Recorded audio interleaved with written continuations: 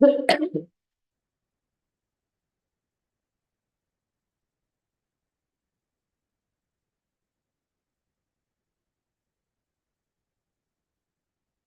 we'll start the session.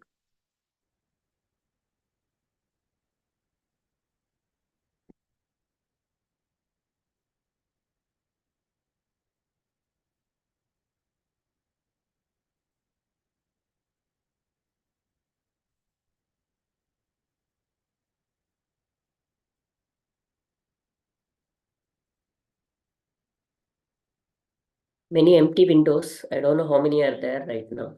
Okay, so we'll start.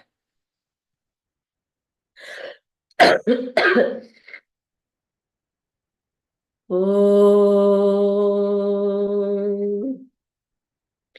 Sahana Bhavatu Sahanau Bhunaktu Sahaviryam Karavavahai Tejasvinavadhitamastu Ma Vidvishavahai. Om Shanti Shanti Shanti. Harihi Om Shri Gurubhyo Namaha. Harihi Om. Sadashivasamarambham Shankaracharya Madhyamam Asmadacharya Paryantam Vande Guru Paramparam.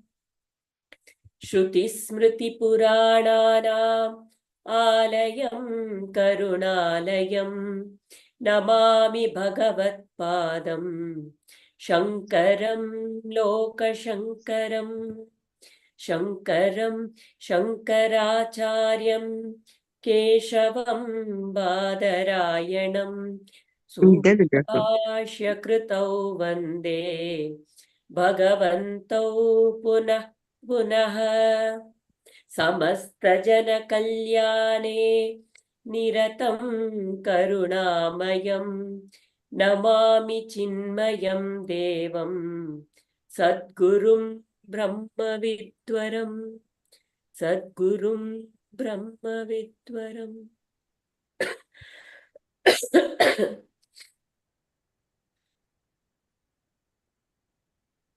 Again, a humble request to all to keep your videos on.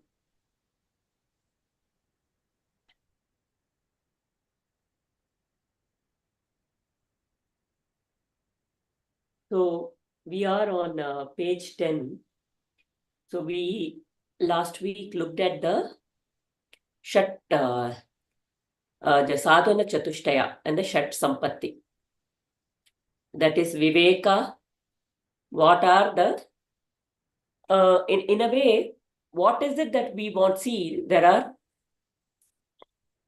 are, it is a natural progression. Initially, this Jiva goes through a lot of physical evolution. It goes through many different creations, jantus. It takes many different bodies. The physical evolution is its initial evolution. And among all the physical evolution, the human evolution is supposed to be the highest. The physical evolution, the human is the highest in the ladder of the physical evolution. Once you get a human form, now the evolution is spiritual. It is raising from animalistic to humanistic to godliness. From asuric to manusha to deva qualities. This is the evolution after that. It is a natural progression which happens unless we have very strong attachments and our own blocks are the one that hold us back. But otherwise, this is the natural evolution that happens. So, as part of that natural evolution, now that we are here for Atma Bodha, some adhikari amsas that were suggested were are suggested by Shankara are that one should have that viveka to be able to separate the unreal from the real. What is unreal and what is real? And we looked at everything. We have two parts, the self and the non-self. The self and the non-self. What is the self? The self is that which just exists. I am not this body, I am not this mind. Even if my body, if my leg is cut off, my hand is cut off, my everything is cut off, I still exist. Somehow I feel like I just know that when I'm just sitting quietly, I just know, even in a dark room, nobody is there, I can't see myself also, but still I know I exist there.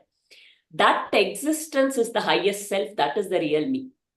Everything else is the non-self. My feeling, my emotion, my fears, my guilt, my regrets, my thoughts, my body, my everything, all the people in the world, everything is apart from that self. So to be able to separate this real from that unreal, that is why they say like Hamsa.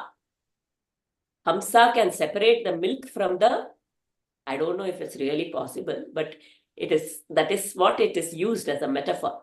To separate the milk from the water or the water from the milk.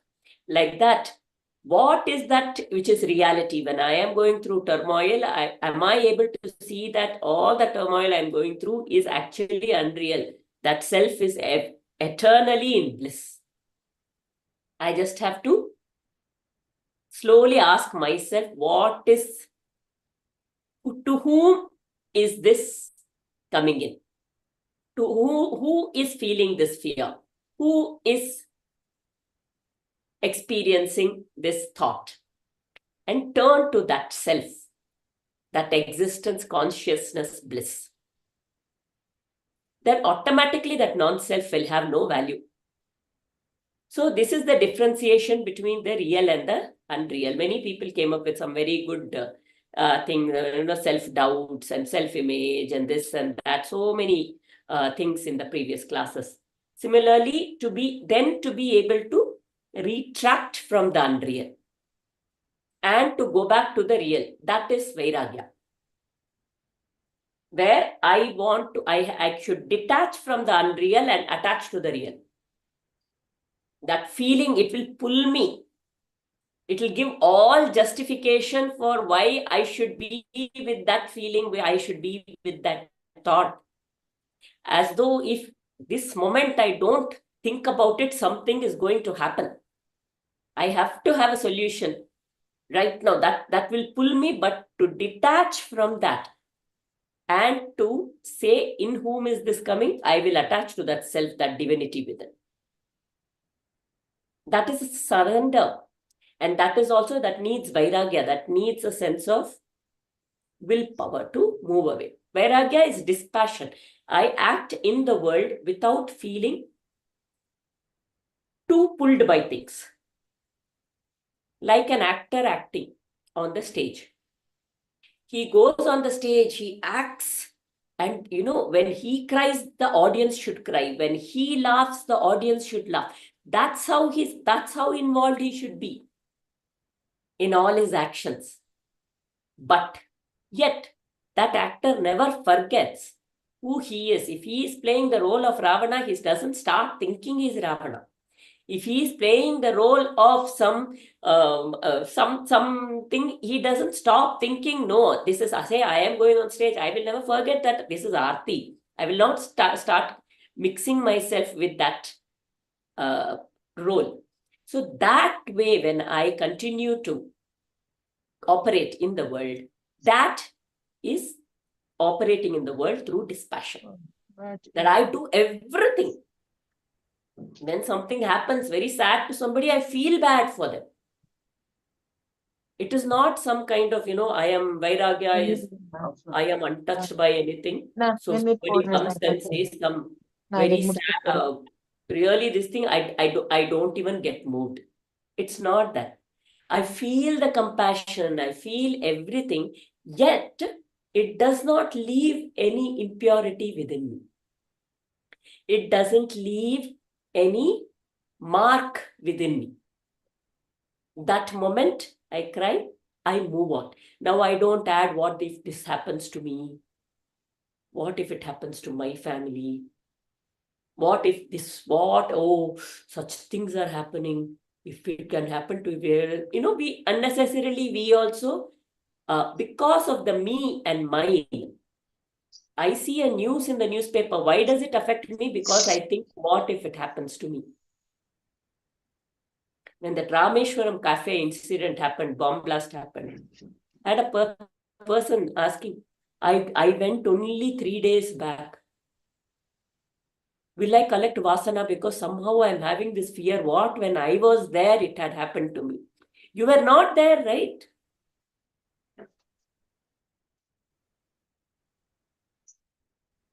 You were not there. So what if that me and sleepless nights because of that? Was afraid to go back to Rameshwaram cafe again. So it is that me and mine, what happened to me, what happens to my anything. When I read newspaper, I get that negativity. But I read this newspaper dispassion, like it is news. Then it is fine. So that is dispassion. And then we went over the Shat Sampatti, Shama, Dama, Uparati, Titiksha, and Mumukshutvam also. So your intense desire, I don't want to be so caught. I'm feeling very stuck. I'm feeling bonded. I want this. I want to be liberated. Liberation starts from small liberations. That's how we go. What is it? I had a fear. I don't have that fear anymore. That is liberation. I have been carrying a baggage from my young age. And now that doesn't bother me anymore. That is liberation. Of course, the final mumukshutvam is, which is the most difficult, is to feel that non-identification with this body. It is because this body is so physical and strong, physical and solid. We have the strongest identification with this body. It's very hard for us, even though we may mentally think whatever, it is the hardest one to come out of. When you feel the pain, you feel it so really for yourself. Okay, and it feels, because that is what you're seeing all the time. It's the hardest, but that final, that also, when you're liberated from the fact that my identification with the body, that becomes the final liberation, Jivanta. Right? Any thoughts anybody had? I was just summarizing what we did over the last few weeks. Last week. Any thoughts anybody has?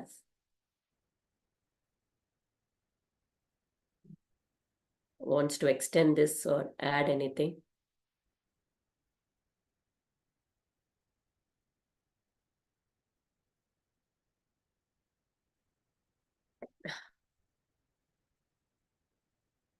If there's nothing, I would request one of you to unmute and read from One Can Claim to Have Read Volumes of Books. Page number 10, third paragraph.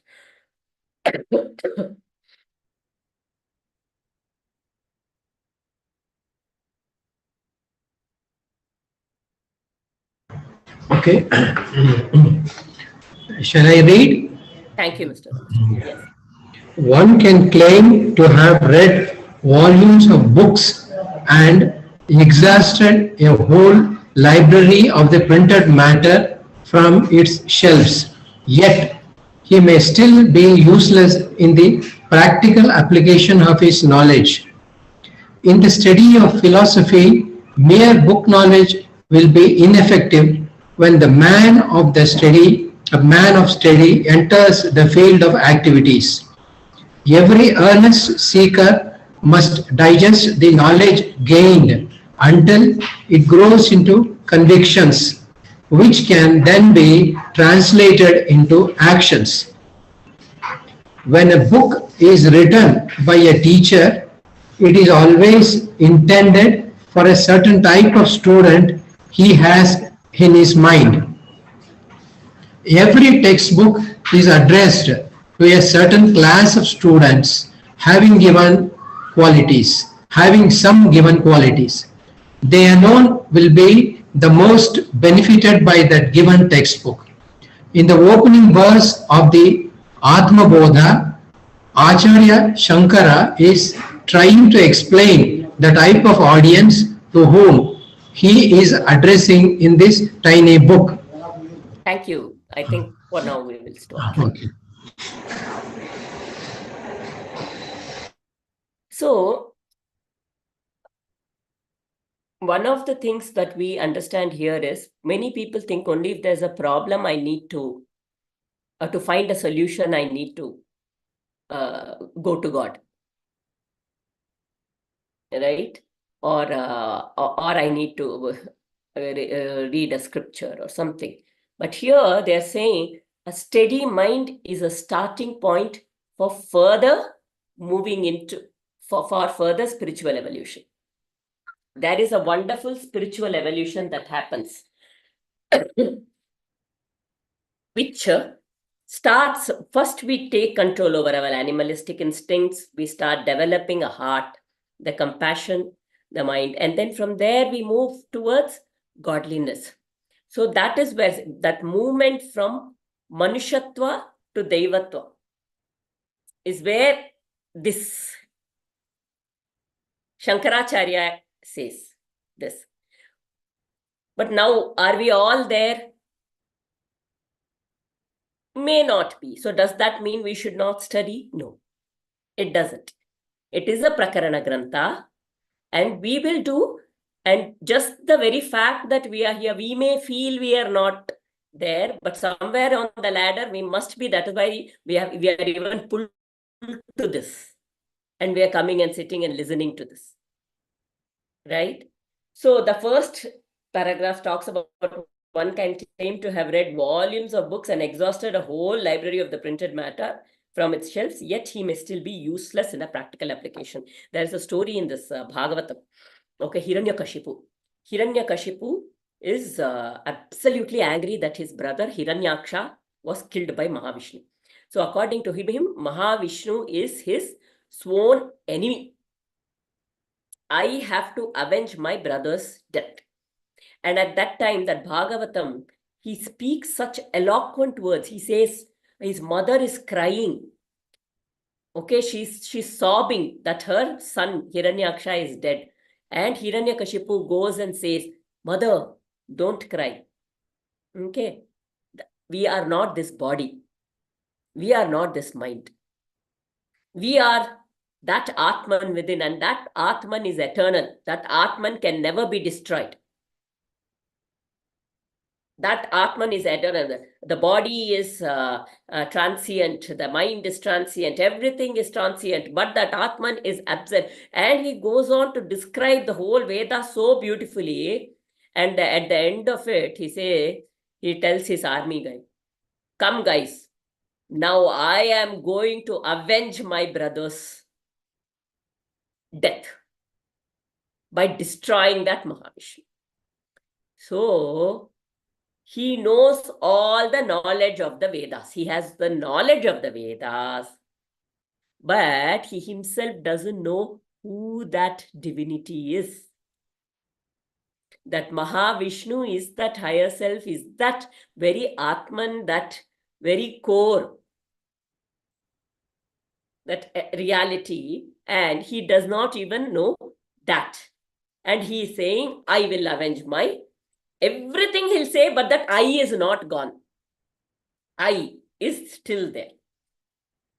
And he's saying, "I will go and destroy that Mahavishnu." And he has only told that self is eternal. That Atman is eternal, but I will destroy the Mahavishnu. Okay, so here a clear understanding is not there. A clear internalization of what it is not there. So this higher self, when we start looking into this higher self, that higher self, if I feel like, I am studying Atma Bodha, I am studying all these scriptures, I know I am not the body, I am not the mind.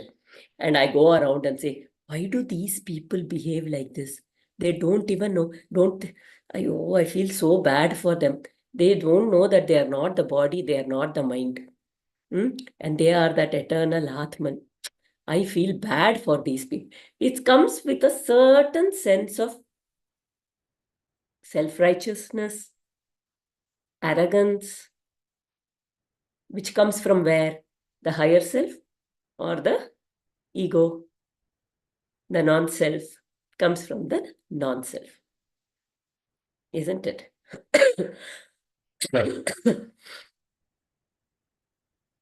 Where do we feel? Do we in some way relate with this? I know I'm not the mind, I'm not the body, but yet have I internalized? Some of you have been listening to these for a while. So I'd like to know, and have been coming to many other classes also, like the Bhagavatam and this and that.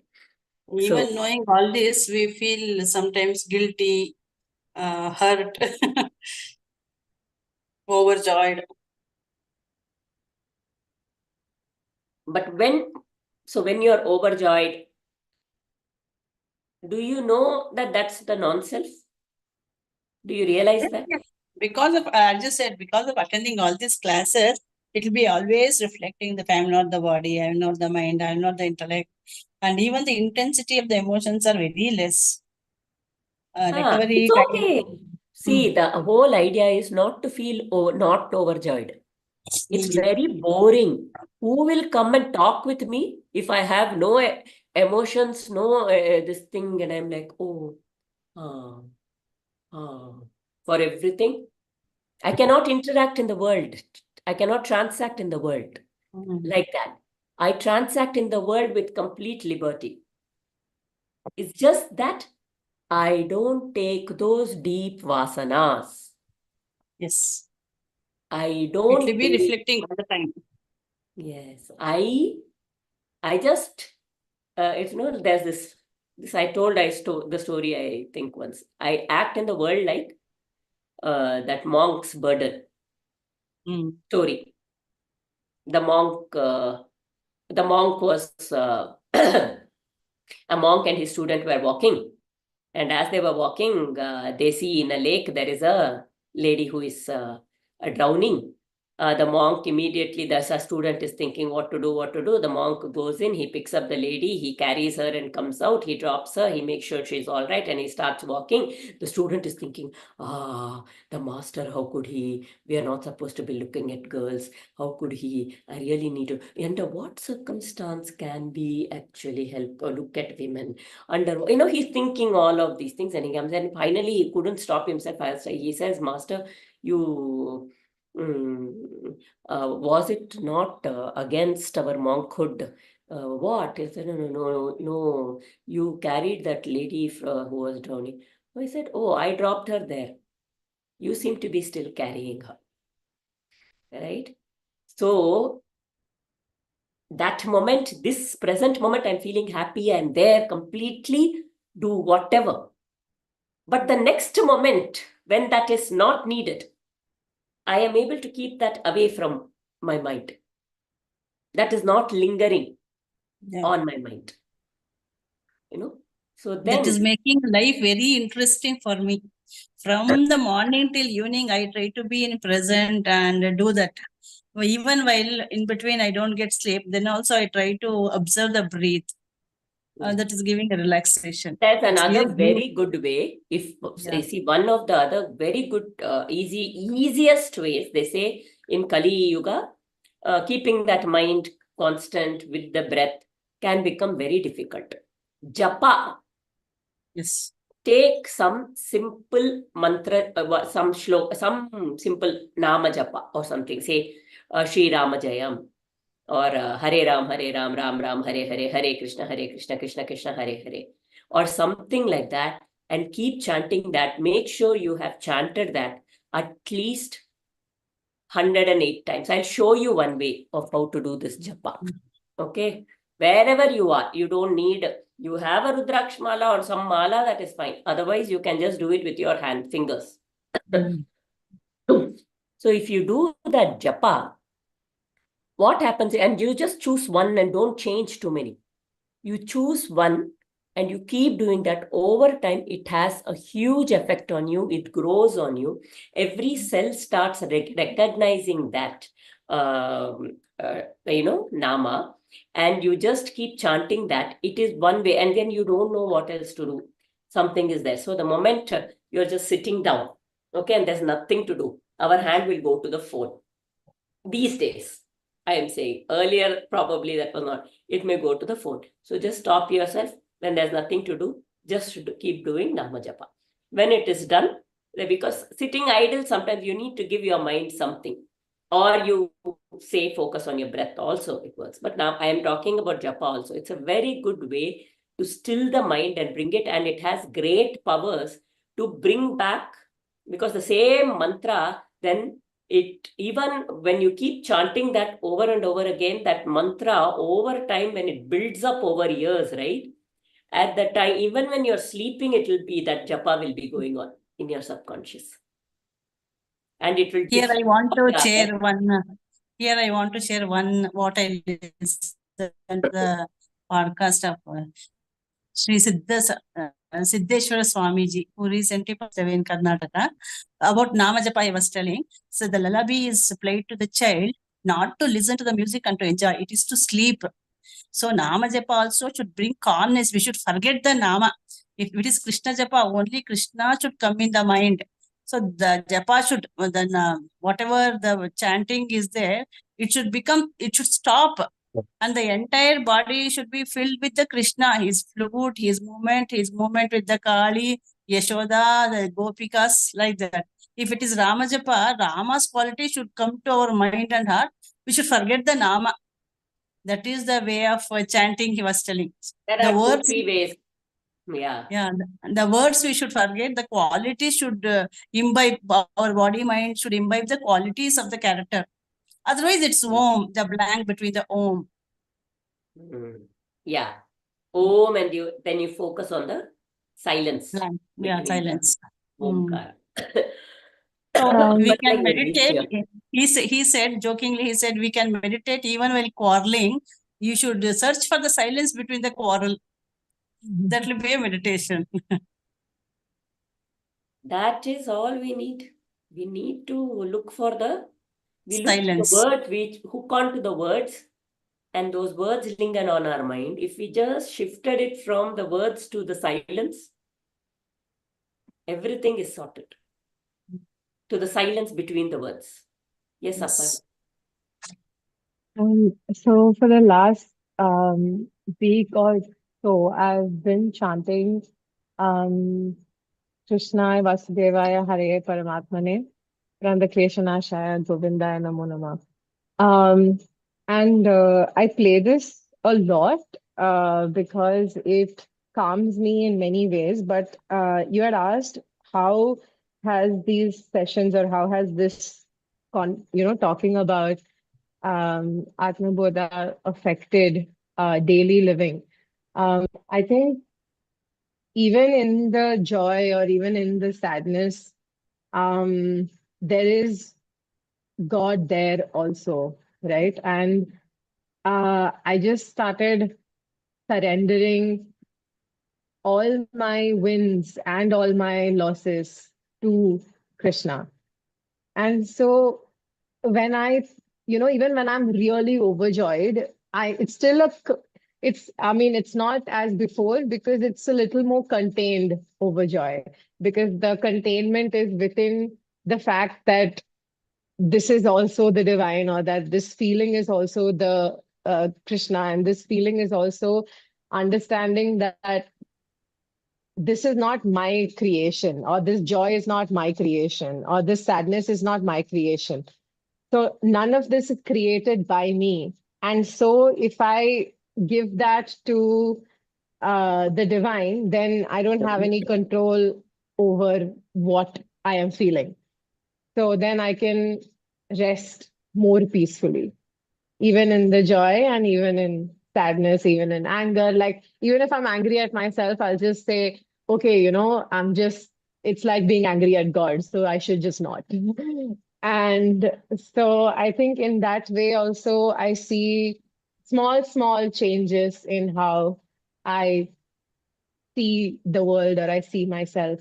Even when people are being angry, or even when I want to say something, I immediately think of there must be a reason this is happening and it's trying to teach me something. And then that day itself, there'll be some message or some, even if I'm coming to this class, or there'll be some message even from my guru or someone that says, okay, this is why this happened, you know?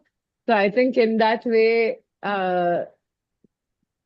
having that Atma Bodha gives a lot of depth to everyday life, I think.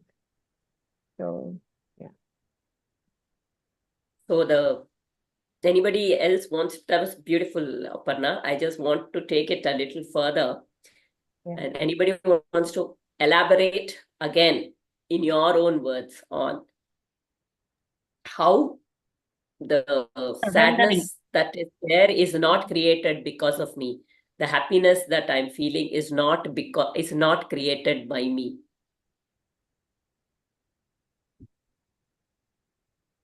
How do you connect with those statements for the others? We should be a screen. Everything is passing, whether it's good or bad, just surrender. The happiness that I feel is not created by me. The sadness that I feel is not created by me. No. Ma'am, I find, I find Bhakti Yoga very difficult. I still am on that journey. Happiness, I feel, is created by me because I feel that contentment, gratitude is very important. And so recognizing what all, blessings I have in life, and for sadness or sorrow, it is more like it is just a story that my mind is telling. This is the way I look at it.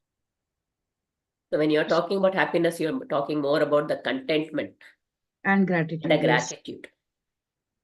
Okay. Yes. Very nice. And Actually, I also want to add something to what I said.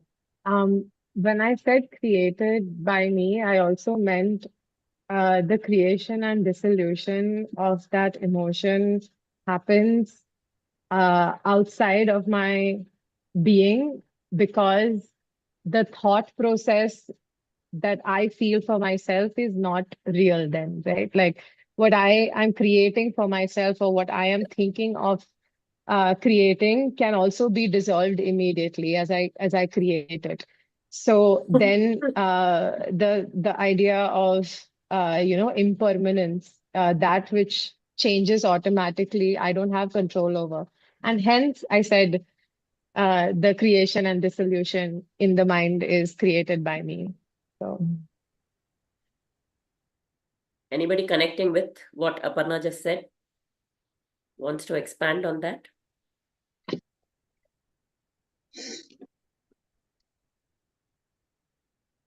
Ma'am, I find it difficult to think that somebody is causing me pain. I find it difficult to connect with that. I'm no longer, maybe probably 3 years back, I would think like that. But if somebody is doing something that I don't like or it is hurting me, it's probably because of their own situation or circumstance, their own karmic account, their own past, uh, whatever in their past life. So many ways of looking at it.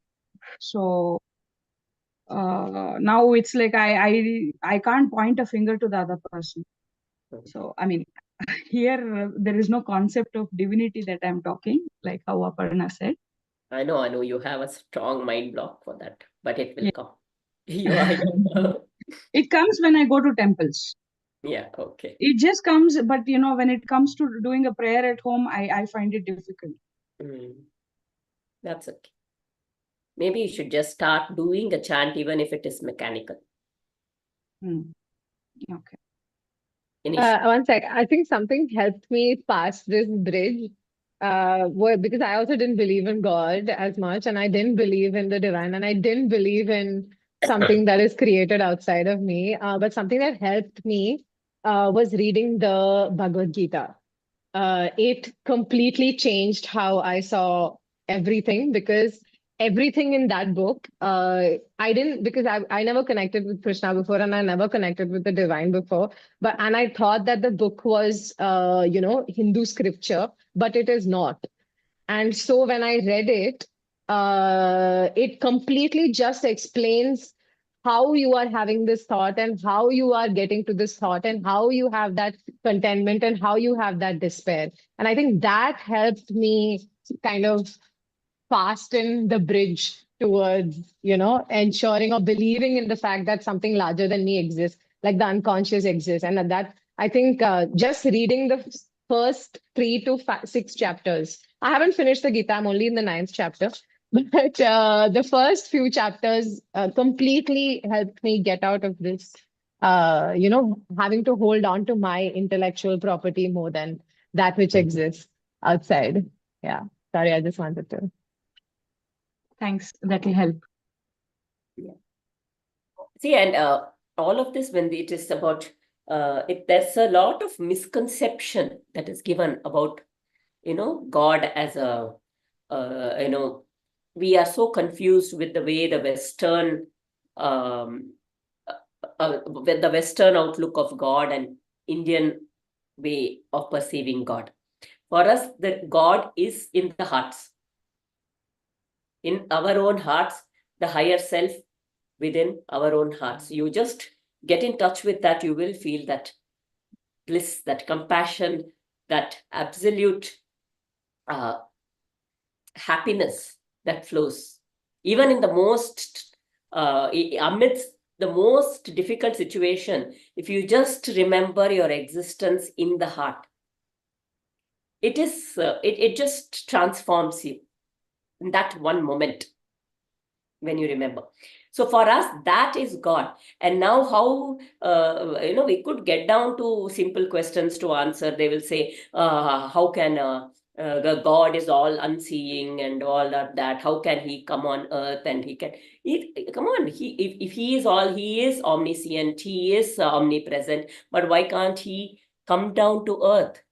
Out of his compassion, he comes down to earth also to be able to relieve. Sometimes it's needed that he has to be there amidst the humans to come and relieve them and give the knowledge for the next generations to come. So, but for us, the whole concept of divinity in terms of some Krishna or Rama may be difficult, but we cannot deny the fact that there is a great divinity. There is some divinity which is happening. Everything in the universe that is happening is nobody who is doing it. How is it happening? And everything is not just happening randomly, right? There seems to be an order. There seems to be a certain way in which everything is functioning. I may think I am eating, but my very, what am I? I'm just putting food into my mouth and swallowing. After that, everything that is happening, the food is getting digested, it is getting into my body, all that. Can I even claim to be doing it? I can't. If I have to raise one single finger, I can only set an intent to raise the finger. The rest of it, the muscles, the brain has to send the signals, everything. So can I even claim to say that I am raising this finger? Right? So there is something that is so beautifully designed. Okay. And all of this is running in order by a certain intelligence. So you say, so there is no doubt that there is something. So if I can feel awe for that, wow, wonderful intelligence, even that is fine. If that formless intelligence is what pulls me, so be it. If that brings bhakti in my heart, wow, or wonder in my heart. See, if you look at the Narada Bhakti Sutra, it doesn't matter to whom you feel the bhakti. whether you feel bhakti for the form or the formless. As long as you feel that sense of wow, that sense of surrender, that sense of happiness, when you think of that divine as you believe, as you would like to connect, the form or formless. That is what matters. In the Narada Bhakti Sutra, no God's name would be given there. It is only speaking about bhakti, because that bhakti rasa flows through me and it transforms me. The rasa of bhakti transforms me. It could be for a Rama, it could be a Krishna, it could be a Kali Mata, it could be somebody, it could be for Brahman, it could be for Omkara. That doesn't matter. What matters is that and expression is very different. For some people, they just close their eyes and they think of the God, the tears would flow out. Okay. So those are maybe the emotionally very, those who connect more emotionally, they may have tears. And certain people with this wonder and wow, look, just you see certain things happening, and then you say, how do these things happen? This is just amazing, right? So then you feel goosebumps within you, and it reminds you of a divine pattern there. So that is also a form of bhakti. It is people connect differently, but ultimately what bhakti should do, it's not the tears that fall out or that goosebumps. Bhakti is when I feel humble. When I know that I am just this much, I claim that so much is happening because of me. I am doing this. I should not have done it this way. I did it this way. I should plan to, so maybe that will happen. All of this, I should just know I am humbled, and bhakti is when I know he is flowing. He's there everywhere. And whatever is happening according to his plan. Let me just go with the flow without taking too much responsibility, too much guilt. We have to play our part. It doesn't mean I run away. Not Krishna wanted to run away in the second chapter. And Arjuna wanted to run away. Krishna says, no. You have to be in the kshetra, and you have to act, and you have to be dispassionate. Okay, he gives one very tough job, right? You have to be in the kshetra, you have to act it out, you have to do everything, but you have to be dispassionate. And that is what we are all. We are all like that. We all have our own kshetras, and we are doing it. Anything else? Anybody? Nice. Ma'am, for an example of that humbleness, well, of course, not in terms of divinity. On 15th August, I was at Ladakh, and there is a place there called Hall of Fame.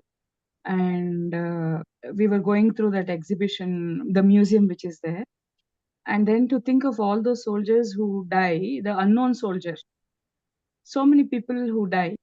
And I'm sitting somewhere in Bangalore, in South Bangalore, and I'm at my age of 48, I realize that there is somebody who is dying there to protect millions of people like me.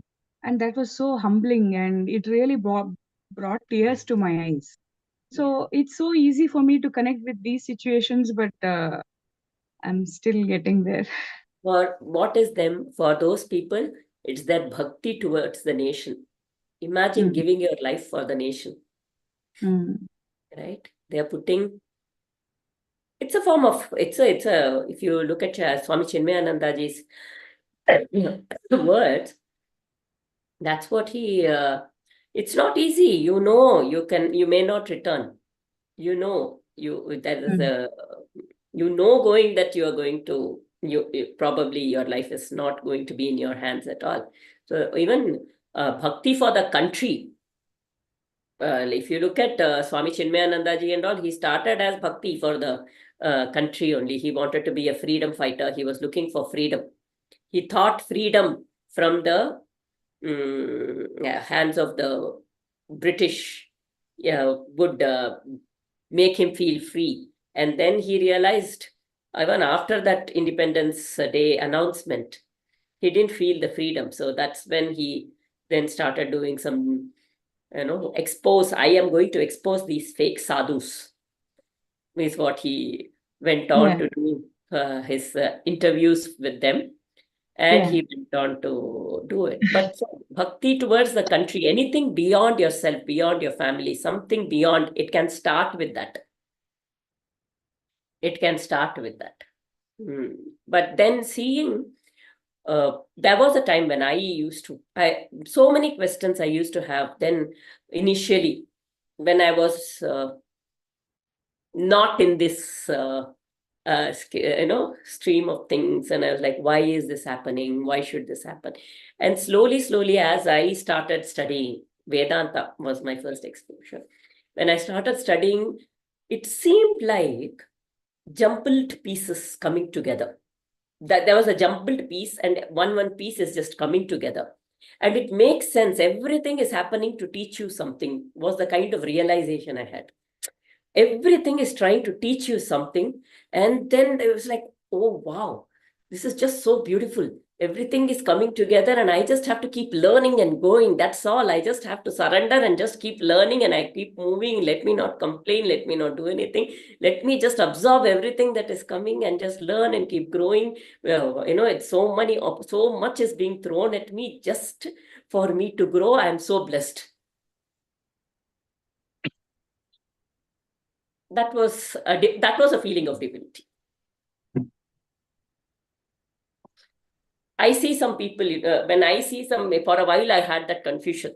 When people, I can't hear when I'm not that emotional, when I bhakti kinds, and I see some people, then for a while I was going through, is my bhakti not enough? What? Why don't I feel like this for a while? But within myself, I knew it. But there was just that little, for some period, there was this confusion. And but ultimately, I realized anything that brings in that surrender and that humility, that is what is bhakti. I can put my head at the divine's feet and accept everything as prasad. When I go to the temple, I take prasad. I don't say, this is not nice. This is, I say, wow, what it is. So everything in life that is given is a prasad. Wow. This is God's gift. It says prasad. Yeah. Ma'am, sorry, I Hmm. still have one more question. I understood what you explained now. But I've come to think, what is a soul without mind and body? What is a soul without mind and body? Yeah, Yeah. because So, without, yeah, the mind and body is required to transact in the world. because it's so difficult to understand what's a soul without intellect. Because I am very strongly connected with the intellect. Like it is screen of the cinema, consciousness. Everything passes on that. Where is the thought? The thought is projected. When you're saying intellect is the thought, thought is like a movie playing on the screen. Movies on the thought doesn't touch that screen. To even That understand movie there is a doesn't touch screen, the screen. even to understand that there is screen Yeah. and that I'm watching it. Even to understand there is a screen, I need a mind, isn't it? No, you are just yourself. Understand. If you want to understand it, you need the mind. If you want to know it, you don't need the mind. You just be. Yeah. If you want to understand it, you want to give words to it, you want to say, okay, I am doing this, that is why this, then no. If you want to realize, you just have to be. You just have to observe. You just I have to witness. also add something. I think it also is about why we are born on earth, and it's the constant process of realization. And the closer we get to realization, the more the intellect falls. And then we no longer require the intellect other than to do the actions of this world, and the rest of it is a process of surrender, I think.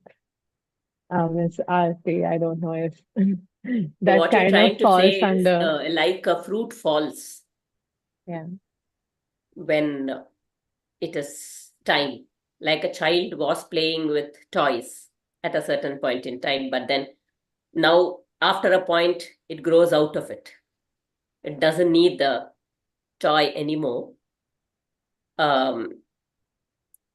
It has automatically lost interest in it. Like that, as we keep going on this path, clarity will come in at a certain point in time. But the thing is to know that when I am saying to understand, I am using the mind. Anytime I want to think through, I want to put words, or I want to get a vision. All of this, so our recall from memory happens in two ways, as words and as visions, memory visions. Anytime these two things are coming in play, that is a part of my non-self, my intellect, my mind. Whenever these two words or this is coming into play. But there will be certain words that do come from a much higher plane, and you will know the difference, that they are just flowing out. Okay. Where there Makes is no sense. effort Yeah, happening. makes sense. Thank you, ma'am.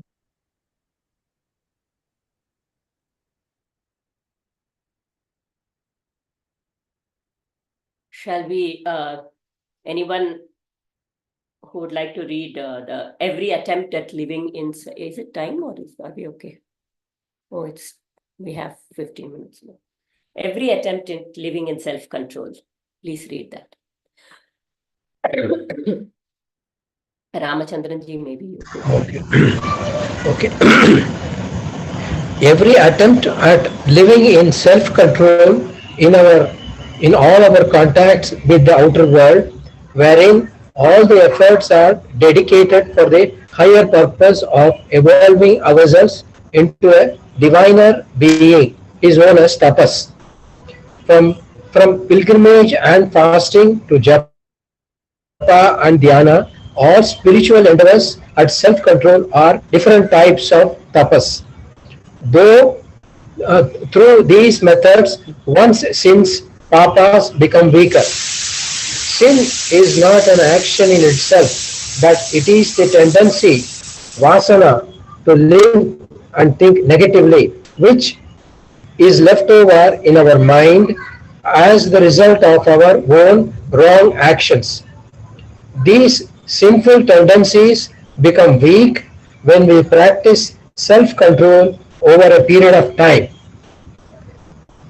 When we have thus quietened our physical agitations through conscious and divinely dedicated self-control, tapas, the natural result is a growing sense of calmness in the heart. And when the mind has thus calmed down, the rate of fluctuations created by desires and attachment will also get reduced to a minimum. Thank you. Okay. So tapas, what is papa? Tapas reduces our papa, the influence of the papa. What is papa? It's given here very nicely. I told a lie, that's a papa. Papa is any mental disturbance. In Patanjali Yoga Sutra, it says, Yogas Chitta Vritti Nirodhaha. Yoga leads to, and they don't, when they say talking about yoga, it's not the yogasanas. We wrongly associate it with through yogasana. Yoga is where this non-self and the self merge. The non-self and the non-self doesn't have a mind of its own at all, because none of its negative, the impurities are not there anymore. It is so purified, like if you see Ramana Maharishi and all of them.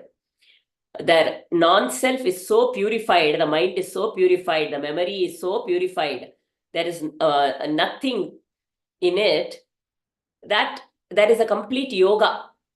There is no difference between the self and the non-self. There is purity in both. So yoga's chitta vritti nirodhaha.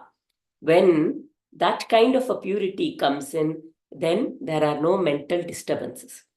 For us initially, to do that purification of this non-self, we need something. That is what is given. Either you do yoga every day, some pranayama, some meditation, or you do japa every day, or you do meditation. Okay, it could be likita japa also, as long as your mind, likita japa is writing and something. Okay, so now I just recently heard this story.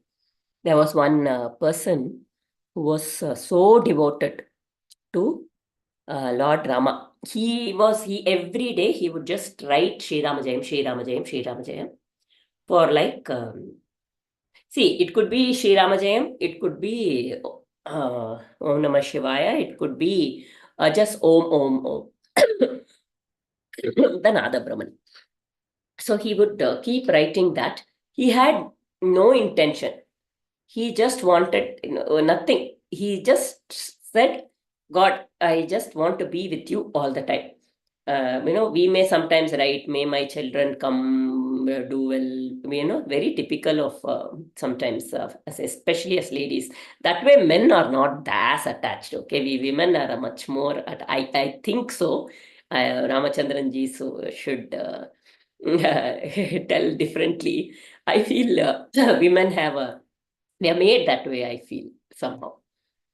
So he kept writing the Sri Rama Jayam for many years, and then his children had grown up, they all went to the US, he lived alone, his wife also passed away, then he was in an old age home, a senior citizen home, as you say.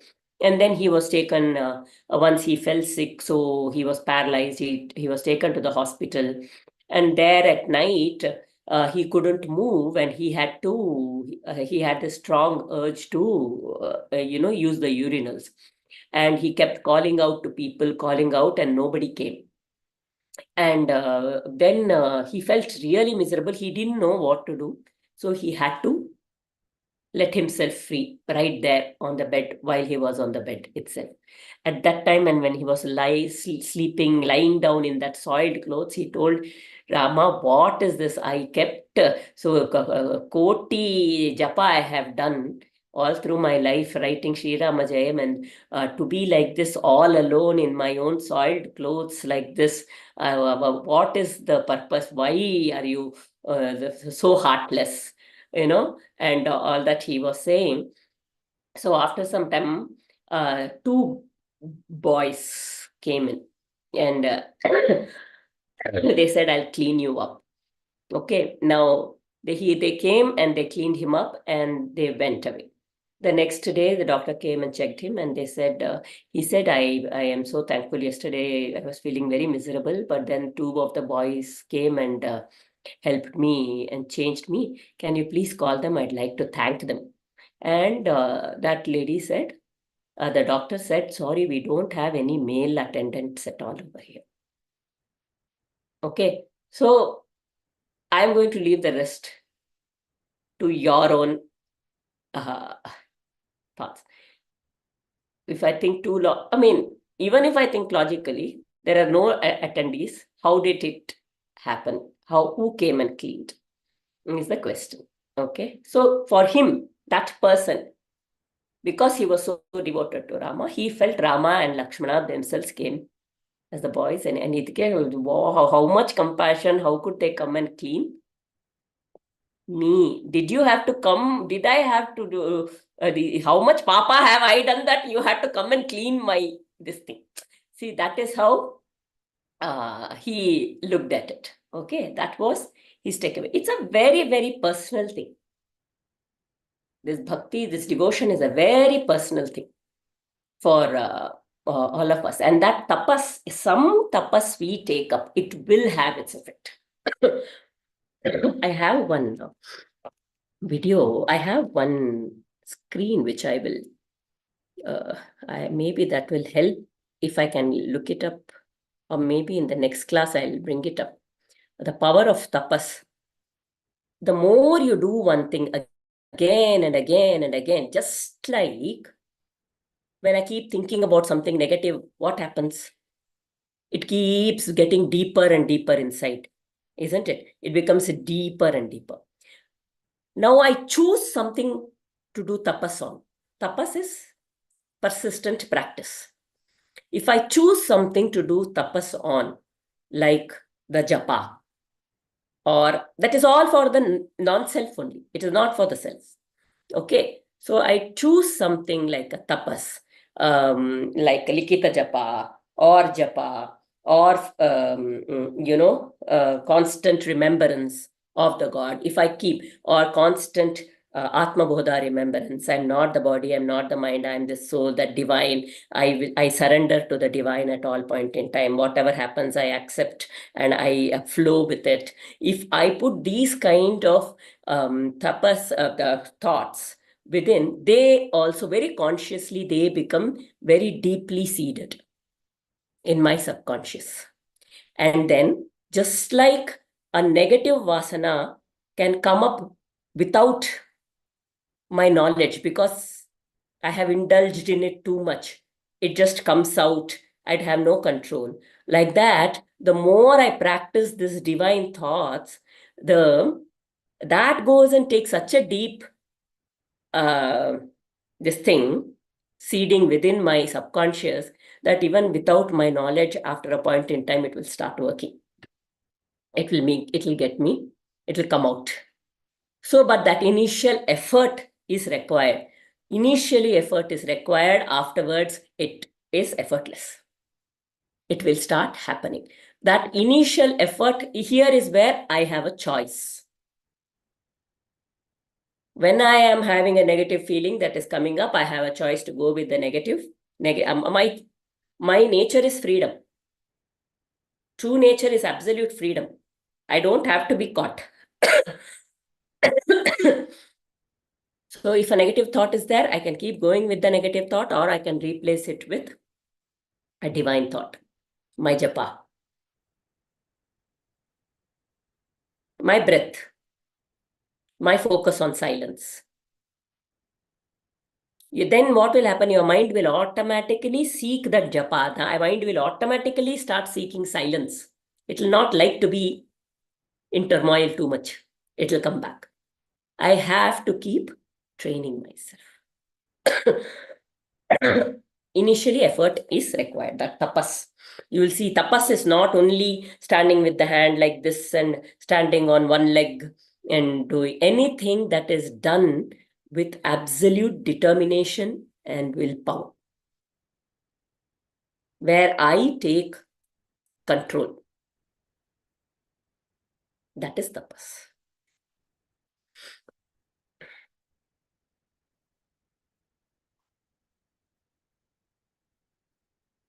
I think we'll close the class here. We have 2 more paragraphs to go. We will read that in the next class. Any questions before we general questions before we close? I have a question. when you have to build a habit like tapas through self-determination and having that viveka to choose between an action that is good for you and an action that, is not good for you to build that tapas. There is also a question of how much is uh, how much is self-effort and how much is destiny, right? So I have a problem because I when I do my kriya, it always gets broken after some time. And I've been, chanting uh, mantras suggested by my mother or someone who to counteract this issue that keeps happening, that I keep breaking my uh, like the kriya that I need to do. I don't know how to take back control of this because I was doing it properly. Like I did it for 35 days at a stretch without breaking it at all. Then I felt sick, very sick, and then I couldn't get it back. So this Nama Japa or everything for an older generation, it's a lot easier because by the time it is 6:30, it is automatic like in your body that you have to go pray or you have to sit down or you have to do that is not there for my generation. So it's very difficult that by the time it is 6:30, I have to automatically go light the lamp and like do this and do that. Or even in the morning as I get up, like now I play something like Suprabhadam or I play Lalita Sahasranamam. I play something in the morning, but it still doesn't make me do my kriya, which is very necessary. And as I know it, it's very necessary in my life to bring that tapas because it is self-determination to do something like that. I don't know how to counteract this. Every day I keep an alarm and I don't wake up to do this. Hmm. So where does self-effort and destiny meet? Or Let's how do not I, mix this with destiny at all. okay, how do I counteract this? Because if I put destiny here, it will become an escapism. Yeah, exactly. So then that's what I used to do. I just say, No, oh, no, I'm no, just like this. no, no, Um, no, no. so how That do I make the divine, work with me? Or how do I work with the divine? you just get up in the morning. Don't say from here on every day I am going to do this. No, Yeah. you just say today, how am I going to make it happen? Okay. So first Right. step, stop. If you got a plate, you will still not miss it. Okay. Okay. If you have set a time for 6:30 and you have missed it, you will still do it. Even if you woke up late. Then you will face your the other things. No? When you go to Consequences. work late, you are going to face this thing there, right? Yeah. Right. So you just say so then that will push you to become early. Wake up early. And you also have to see winter mein thoda sa we become lax. Okay, I know even in winter, in summer it's very easy to wake up in the Yeah. morning and do it. In winter, Now in it. Bangalore winter, it is, if I was in Chennai, it would not be a problem at all. But in Bangalore, it does become a little difficult. You plan according to that. Okay. Be realistic, but don't miss your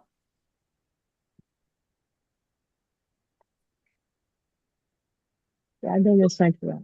kriya. If during winter you have to do it in the evening, do it. That will be your regular time. If that helps, if your work will be, you can have your work on a regular basis.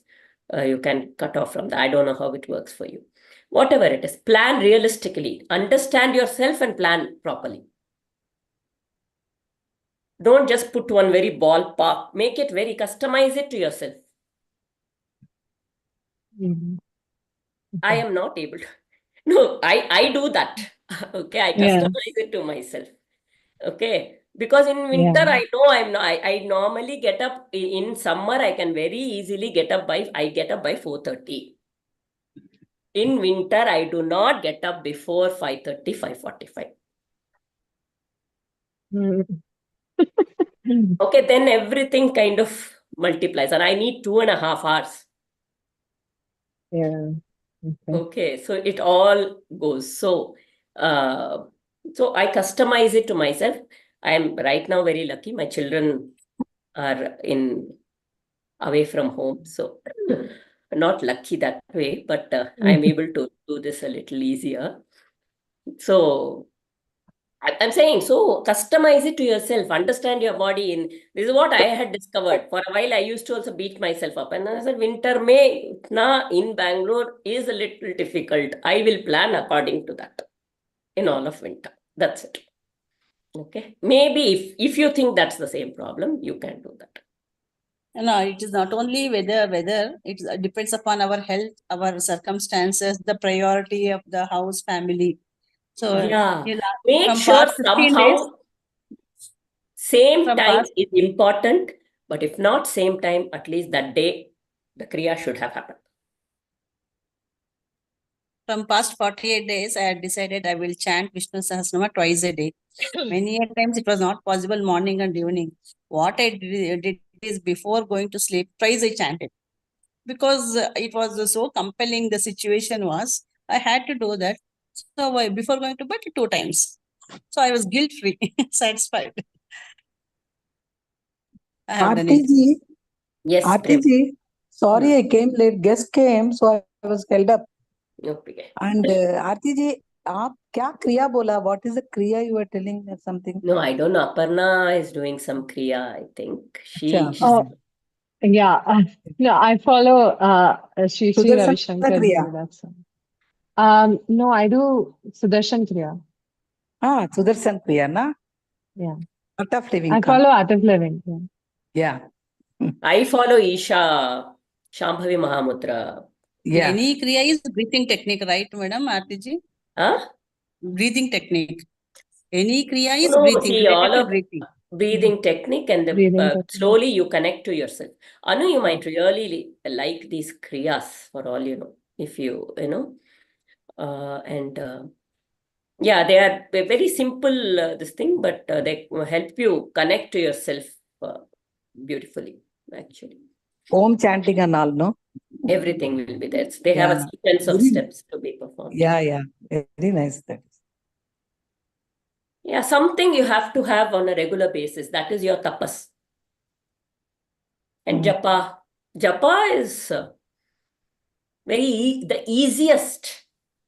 You can be walking, you can be doing your Yeah. japa. Just I wanted to next class, I will time we will close. I will show you the counting on the fingers, how you count. So wherever you are, you can just start doing japa.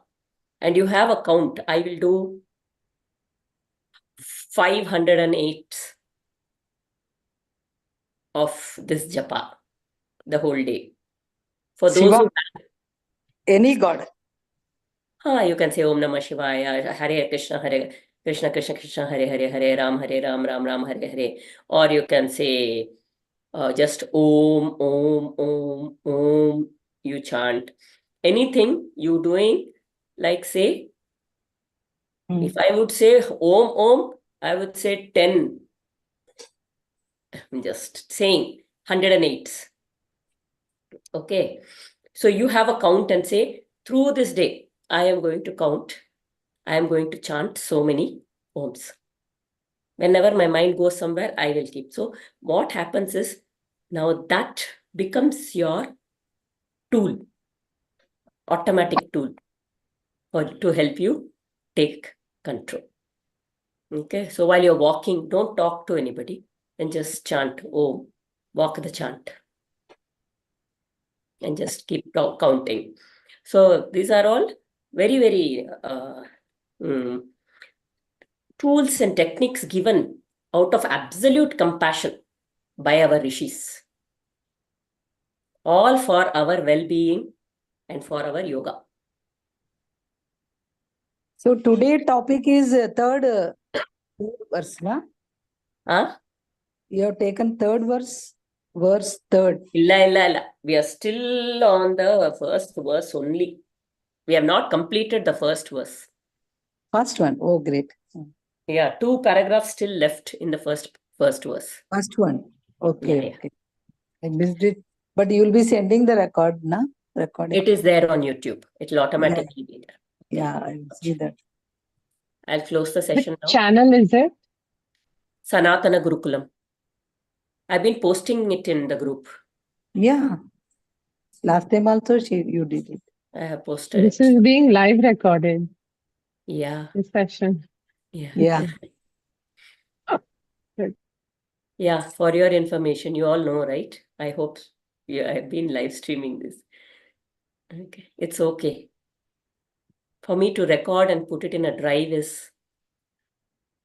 I don't have enough space now, so I'm just putting it on YouTube.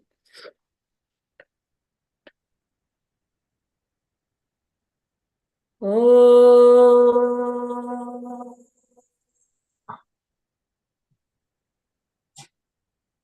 असतो मा सद्गमय तमसो मा ज्योतिर्गमय मृत्योर्मा अमृतं गमय सर्वे भवन्तु सुखिनः सर्वे सन्तु निरामयाः सर्वे भद्राणि पश्यन्तु मा कश्चित् दुःखभाग् भवेत् ॐ शान्ति शान्ति शान्तिः हरिः ओम श्री गुरुभ्यो नमः हरिः ओम